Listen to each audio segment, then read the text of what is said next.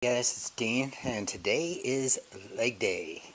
But what I really thought maybe I would do is sort of demonstrate three different types or three different ways of going about accomplishing the squat, and hopefully maybe teach or demonstrate what I consider to be correct form. Okay, because as a core movement, and probably one of the most important exercises for upper leg development and size and definition, the squat is essential to any kind of weightlifting routine or bodybuilding routine. I mean, if you're really serious about developing your physique and developing it completely, okay, and by that I mean bringing balance, okay, by not overemphasizing just upper body stuff and constantly just doing bicep curls and chest pressing and the shoulder work and triceps, and neglecting to do not only your core but your legs as well. When I started years and years, decades ago, there was a period of time where I just completely, really just sort of left the whole leg aspect of it out of my routine. And after a while, it became obvious. As a matter of fact, so obvious that the reason I jump-started my leg training was because my own mother saw me in a pair of shorts one day and pretty much made fun of me because I had a really fairly well-developed upper body and practically no legs at all. I mean, there was just some sort of skeletal twigs sticking out the bottom there. I wasn't quite that bad, but it was bad enough. Bad enough that my own mother noticed and said something to it in a very critical and sarcastic way. And at that point, I kind of changed direction, and I discovered that even though it was hard work, it didn't really require that much more in terms of an investment in time and energy to sort of bring everything back into focus, and really develop some pretty significant size in a pretty short period of time. But the key to that development was the squat. Okay, and what I wanted to do today is normally I would with a leg routine, I would start out with or for, let's say, a typical leg routine, let's say a beginner's leg routine, I would start out as a warm-up using isolation exercises to sort of, jumpstart the muscles and get them ready for the significant stress that I was going to put on them when I start doing the squat.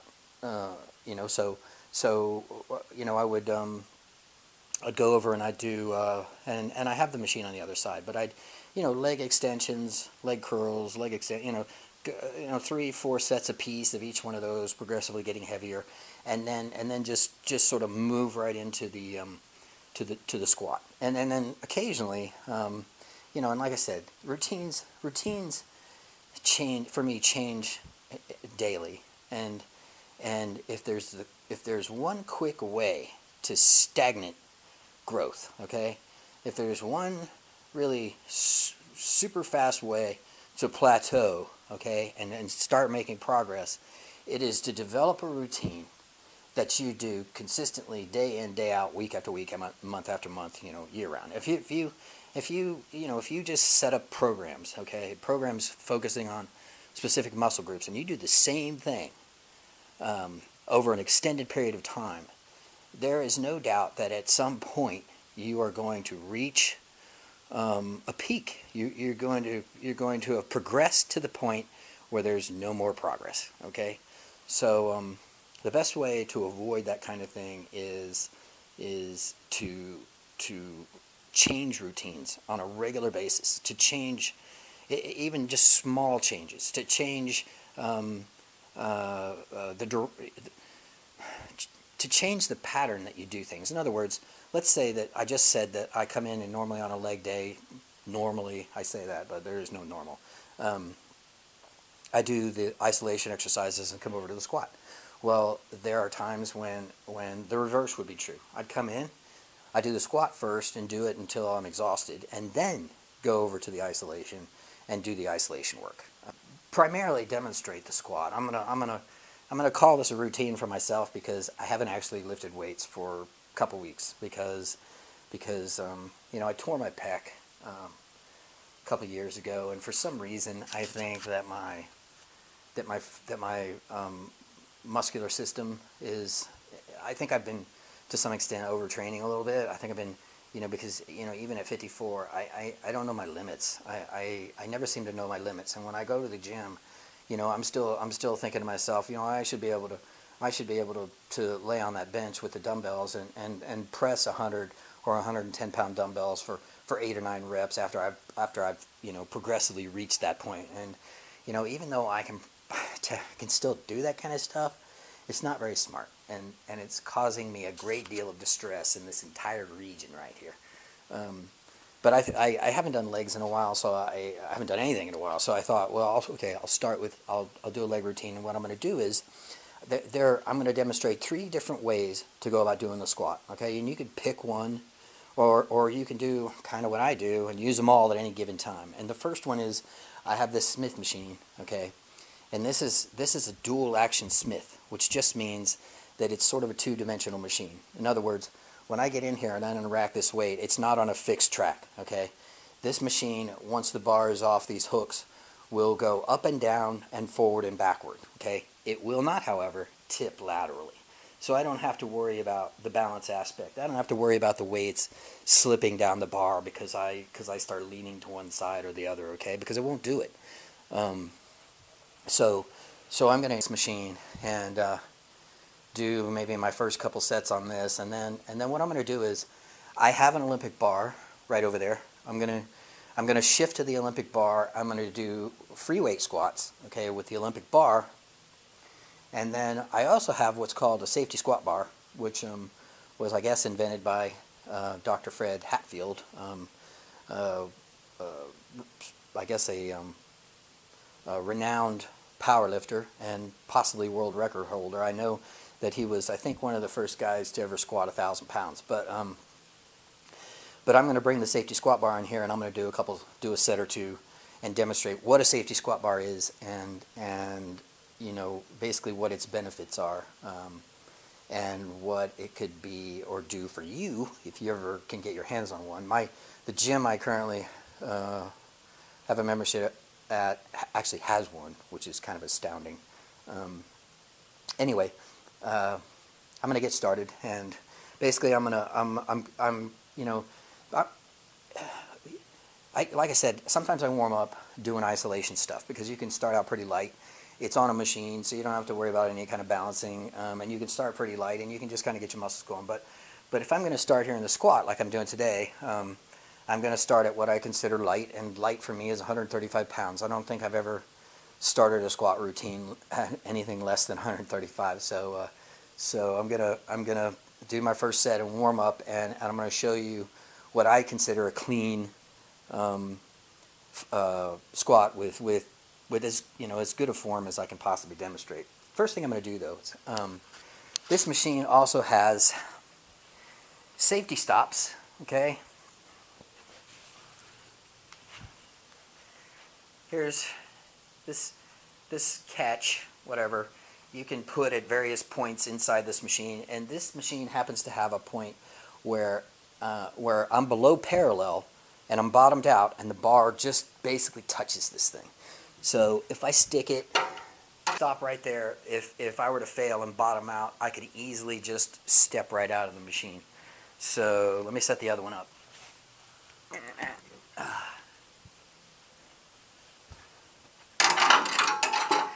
And just to give you an idea, I'm gonna warm up, and then at the very end, I'm gonna basically just pretend to fail, and I'm gonna let this thing sit on the bottom catch and show you what I'm talking about. Anyway, I'm gonna have to put this down to get this started. So, oh, one other thing.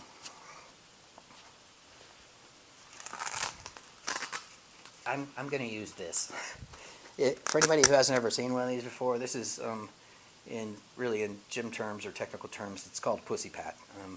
and it's for pussies that where the bar is just too painful to rest on your traps or your rhomboids or whatever on your shoulders. So you know, a little bit of padding kind of makes the thing a little bit easier to deal with. And my age, anything that can make things easier to deal with is a blessing. So anyway, here we go. This is first warm-up set and ice cold. So you know, my knees probably going to take a minute or two to really kind of get really used to this. So but here we go. And like I said, I'm going to pretend I'm going to fail on the last set and let this thing drop onto the catch and show you what I'm talking about.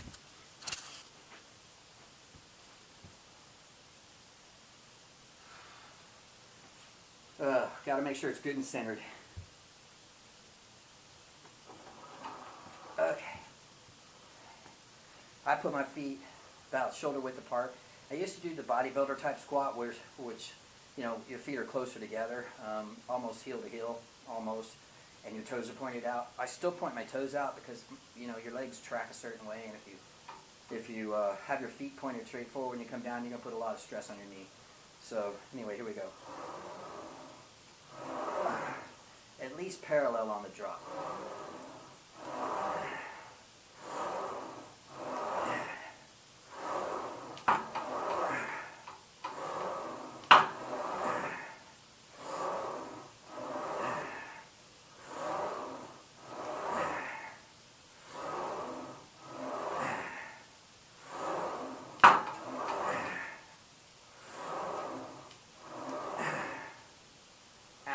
Okay, a couple more. Okay, now I'm gonna fail. This is my last one, and I'm gonna let this thing go down and show you what this Smith machine with this safety catch is about. Okay.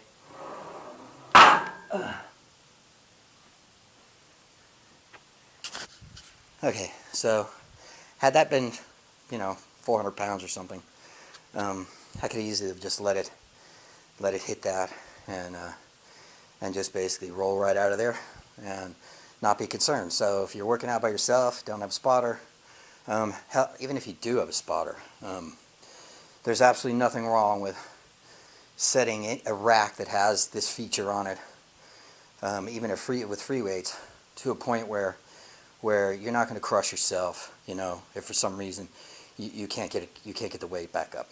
So, all right, well, that was the first set. Now I'm gonna put some more weight on there. I'm gonna do another one and maybe a couple more, and then I'm gonna grab the Olympic bar and we're gonna move into what you know, a free weight squat where no Smith machine to control lateral movement.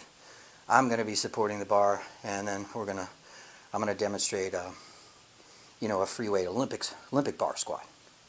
So I'm going to drop some weight on there and keep on going. You know, totally off topic as far as this routine is concerned. I don't know if you guys know or have heard about Rich Piana and his medical emergency and incident, but a little bit bizarre in my opinion that somebody would have something where they were essentially put in a medically induced coma, and you know, after high-profile celebrity deaths like Heath Ledger and Prince and River Phoenix and oh my God, the list is endless. You know, nobody seems to know anything about you know, what happened. According to his girlfriend, something about he fell and hit his head or something, and you know, and of course I read another article, don't know if it's true or not, could be fake news, you never know anymore these days, something about there being 20 bottles of steroids in his house. I don't know if that really is a big surprise to anybody, but kind of a strange situation, and you know, I hope the best for him. I hope it's not anything serious, but it's bizarre how the media works anymore these days, and how news gets out and what is released and what isn't. I don't know. It doesn't make any sense to me, but good luck to Rich Piana. I mean, this would be 225, I guess, although I don't think this Smith machine bar is 45 pounds by any stretch. Anyway, coming up on the third set, I actually feel pretty good. Knees aren't really bothering me as much as I thought they would. And by the way, off topic again. I kind of started a video on the topic of steroids. I don't know if any of you are really interested in hearing it, but if you are, leave it in the comments section, and I'll actually finish editing that video and stick it out there. It's really just sort of it's by no means a scientific study, or really providing scientific research or scientific information. It's more sort of a background, personal experience type deal. I mean, you can't work out for 3 decades and compete for 15, 16 years without in some way confronting that issue or even possibly getting involved in the situation personally. But if anybody's really interested, I'll finish that video and post it. Anyway, here's third set, and like I said, this would normally be 225, but not really sure. Anyway, it's probably close. So let's finish this up, and then what I'm going to do is stick the Olympic bar in there. Probably leave it here at this weight. I might go up slightly and do a couple sets of free weight squats, and kind of give you an idea of what we're looking at using a bar, like a regular bar. Okay, so here we go.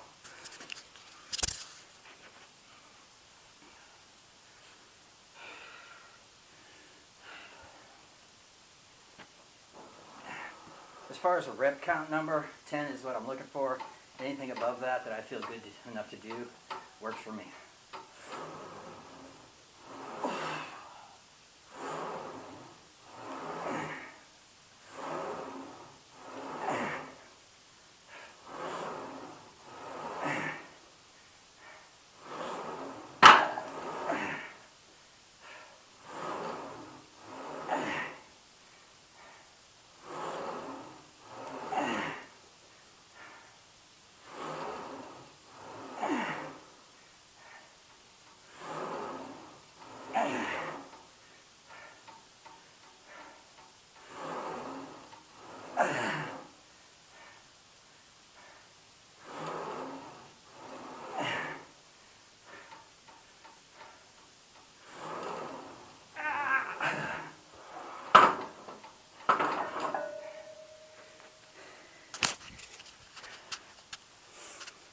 Okay, I don't know what that was, 11 maybe? I don't know if anybody's really paying attention, but you notice I don't have a belt. I'm not wrapping my knees, okay?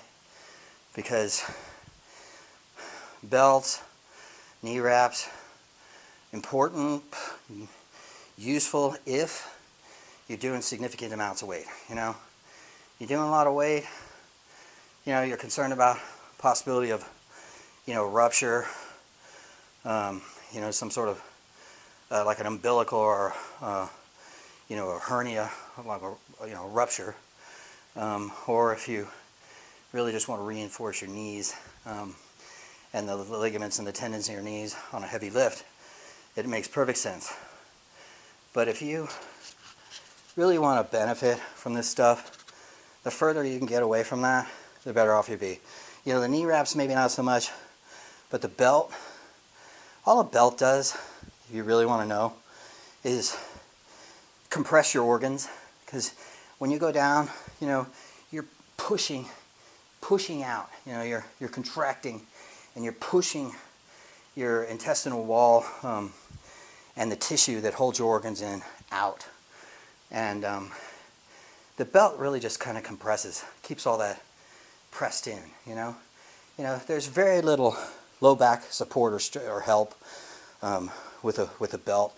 Really what it does, and you can check this out for yourself, wearing a belt too often weakens the abdominal wall. I mean, if you want to sort of take the abdominal aspect, the core strengthening aspect out of any movement, wear a belt, okay?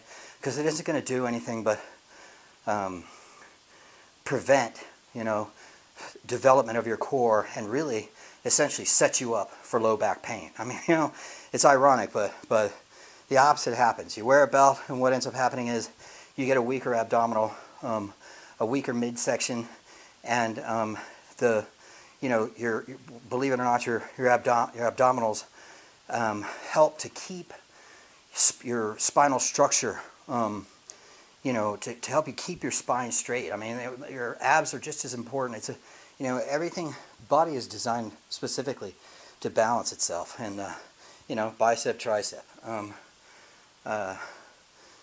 This is just an example, but the stronger your abdominal wall is, the better the musculature in your spine is going to be. You know, they work with each other, and you weaken one, you weaken the other. So no belt, okay?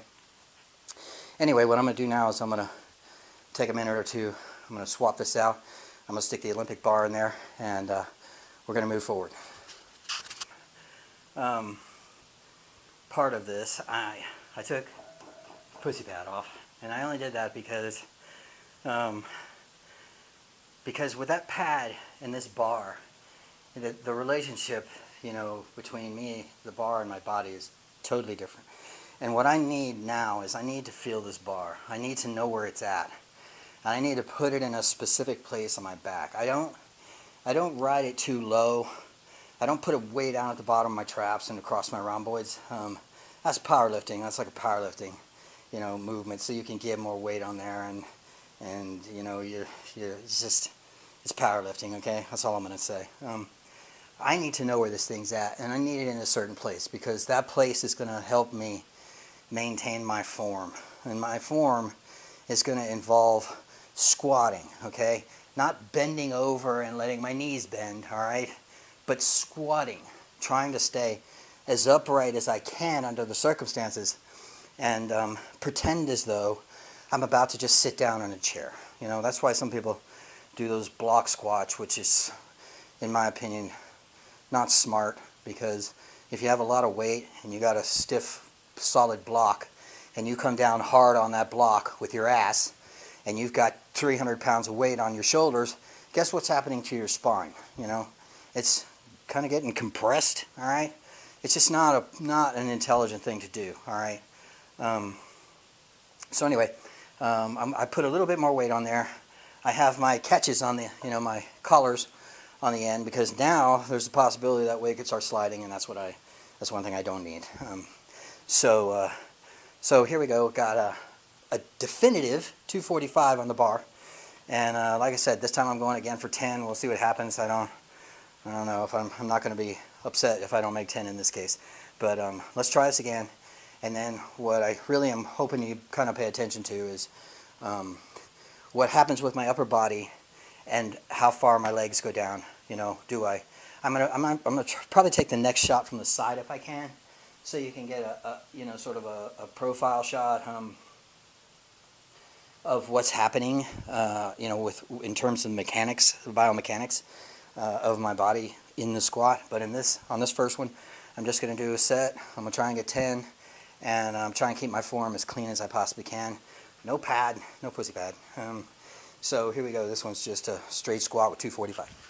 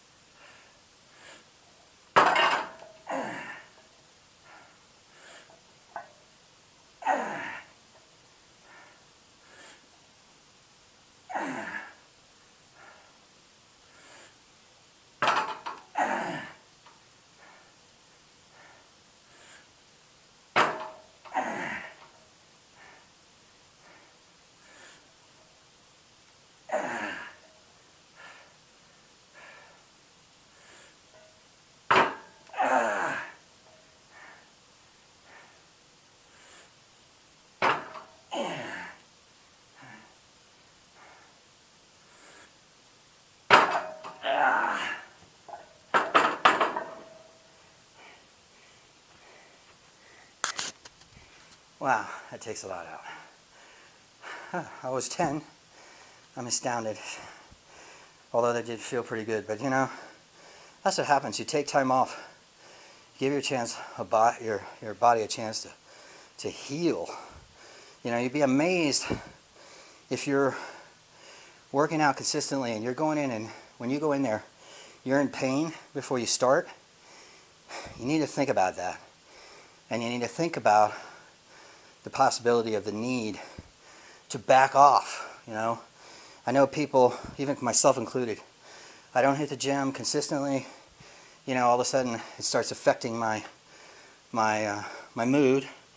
You know, I'm all of a sudden I'm like, oh, I'm not working out, and I think I feel bad, and then you're not working out and you feel worse because you know you're not working out. But you know, the fact of the matter is that when I come back after a short layoff, I feel better, feel stronger, I'm able to do more, and I think I'm able to really benefit more long term from just giving my body an opportunity to step back and slow down for a second, you know, heal.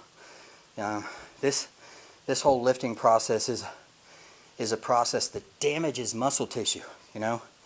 It damages muscle tissue. So that's why nutrition and sleep, rest, are just as important as this whole training aspect. Because if you're not looking at this holistically, if you're not looking at this, you know, in a bigger picture, you know, in a sense that training is just one aspect of this whole fitness process, you know, an important one, but not the most important. I mean, the lifting is what facilitates the growth, okay? But it's also what causes the damage that facilitates that growth. So if you're doing more damage long term and you're not allowing yourself time to heal, you are going to end up inevitably paying the price for that, okay? And you're not going to see progress. So listen to your body. That's all I can say. Listen, you know. If it's telling you something, listen, okay? Anyway, that was 245. I did actually get 10.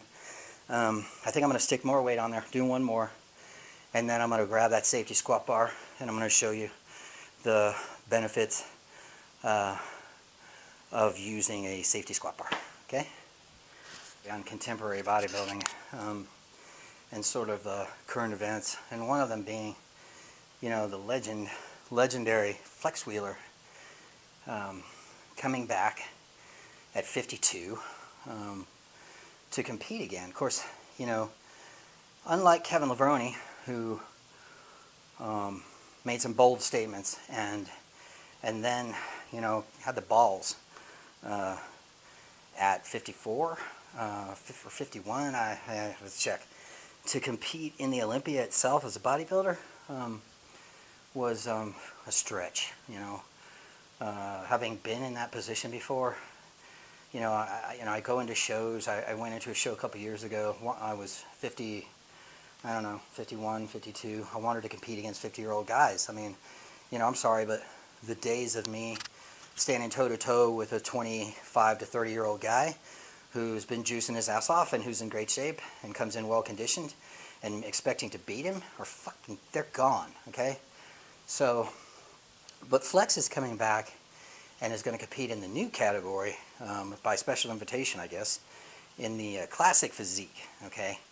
Now, I've seen pictures of him, you know, and his development, and Flex still, you know, considering all he's been through, I mean, looks amazing. But this Classic Physique thing is supposed to be a notch down from, you know, from bodybuilding, okay? And you look at his physique, you know, and his height and weight, and I'm wondering how he's going to make weight to hit the height weight requirements for each one of those classes. I mean, I'm assuming he can do it or he's not going to show up.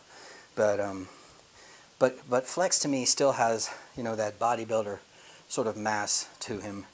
And, you know, the other part of the equation is, and it's just like what I just said, he's going to compete against guys who are significantly younger, who are fresh, you know, who I hate to say it, haven't tattooed themselves front to back, top to bottom, you know, and don't get me wrong, Flex is a great guy. Flex signed an autograph for me once on a picture, which I still had, but because I got a chance to meet him once at the opening of a supplement store.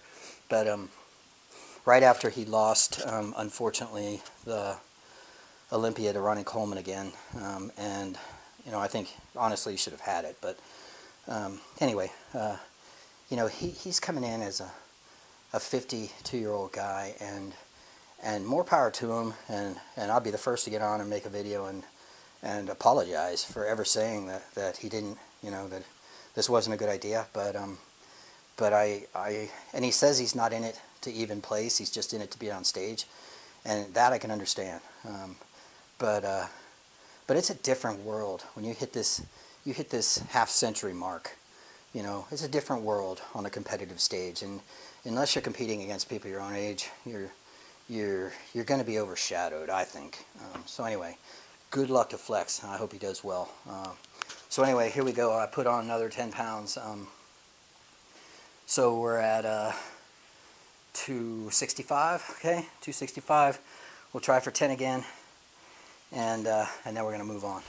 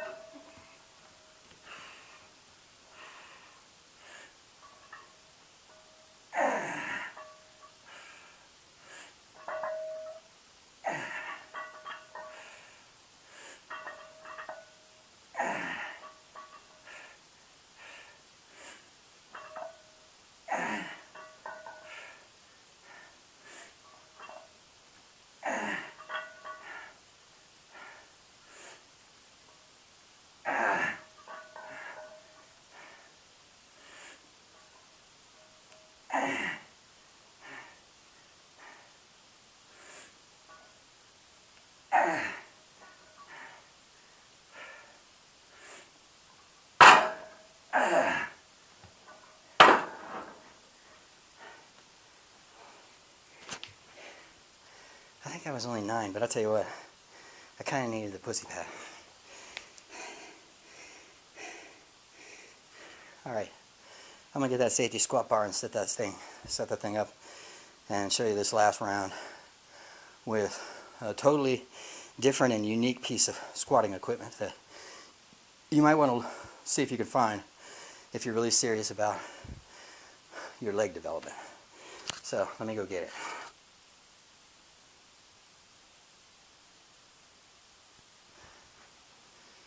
Okay, sad truth of it is, I can't get this, because of the way this bar is cambered at the ends. You see it's got a bend to it, and it's also, with respect to this yoke, well, it's not actually, the camber's in line with this yoke, okay? But this is called a safety squat bar, and I can't, unfortunately, put enough weight on here to make this really worthwhile for me. It's going to screw up my routine, so I'm going to have to go back to the other bar. But I just wanted to demonstrate this thing to kind of show you, because I'll bet you there's a lot of you that have seen this in your gym and nobody ever uses it, so you really don't know what it is. Well, it's a safety squat bar. And what's the benefit of a safety squat bar? I'm about to show you.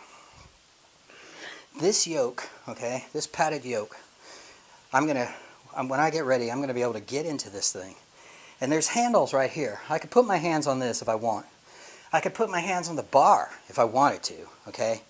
But the fact of the matter is, these bars are designed so that when you shoulder this weight, you don't have to hold the bar.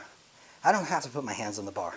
This yoke, and the way this thing is set up in here, and the way this bar is cambered at the end, okay, puts pressure on that yoke and keeps that weight not only centered, more or less, but balanced on my shoulders, okay?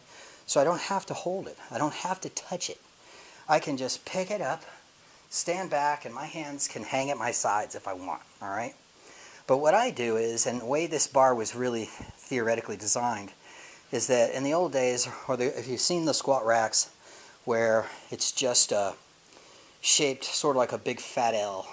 In other words, you got your platform where it's about this high, where you can set the bar, or where if you were squatting, you could fail and squat down and the bar would you know, the squat rack would catch the bar, and then you could get out from underneath it. And then the way that the bar is set up, or the squat rack is set up for the weight, it's got hooks that go up at an angle, you know, so that depending on how tall you are, you can set it on whichever hook you need, okay? But the safety squat bar used to come with handles that would notch in to those little you know, catches for the bar, and you could put the handle where they were comfortably in front of you, so that you could stand up with the safety squat bar, put your hands on the handles, and then squat, okay?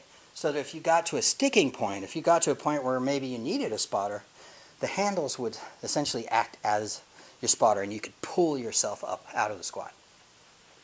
What I do is, okay, with this, of course, I may end up having to take these hooks that are bolted to the outside of this machine and put them on the inside of the machine. That way this bar will set down in there like it's supposed to, because you can see it's at an angle. I mean, this sucks. I don't like it, but I don't have a whole bunch of weight on there.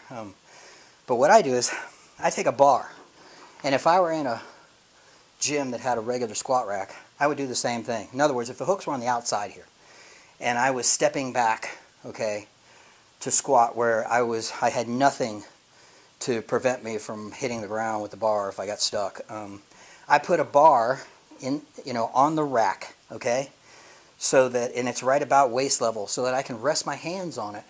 So if something happens, you know, I can use the bar to pull myself up out of the squat. So I'm going to get in here, and I'm going to stand up with this bar. I'm going to show you how well it balances, if I can get in here.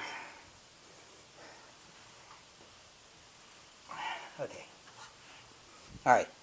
So I'm going to shoulder this weight, and then I'm going to do a couple squats, and I'm going to show you, you know, how unique this whole safety squat bar thing is, okay?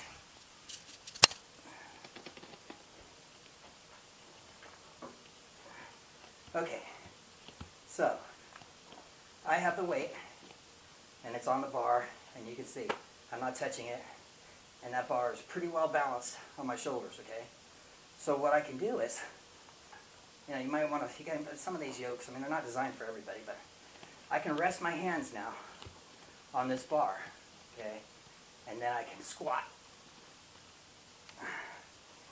And this not only helps me if I get stuck, but it helps keep me upright, so that when I squat down, that's as clean a squat as you can possibly get. Down, up, okay? I can bottom out.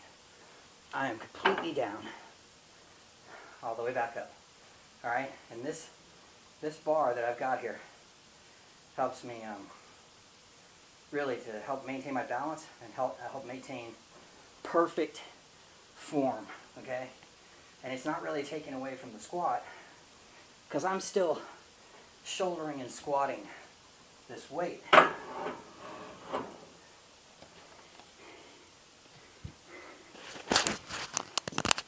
It's just that I'm not having to hold on to that. I don't have to hold on to that bar, you know, so I'm not in that awkward position with your shoulders, you know, your delts sort of hyperextended backward, holding on to the bar, you know, trying to maintain clean form when you're responsible for everything. You know, your core is providing balance and stability. Your low back and your spine are helped to keep you upright while your legs are supposed to be doing the majority of the work. Your quads, hamstrings, you know, your glutes, all are helping squat the weight and develop leg muscle, okay? That's what it's about. So if you ever see one of these, you know, in your gym, don't hesitate or be afraid to try and use it, because this can help teach you how to do the squat with really excellent form all by itself. Once you get comfortable doing it with this, especially if you use some sort of facilitator, okay, to help keep your form straight, you know, the next thing you know, you'll be an expert at the squat, and you will have whatever. If you want massive quads, you'll have massive quads. You want to You want great glutes, you know, that's what happens. You squat enough, that's where they come from. They don't come from anywhere else, okay? Leg routines. Squats in particular. I mean, squats is the number one developer of solid leg muscle tissue, okay? So if you're not doing it, then you're really cheating yourself, all right? Anyway, I'm going to get back and try and finish some kind of routine here today and make something out of this. So I'm going to get rid of this foolishness, and I'll see y'all next time. Thanks.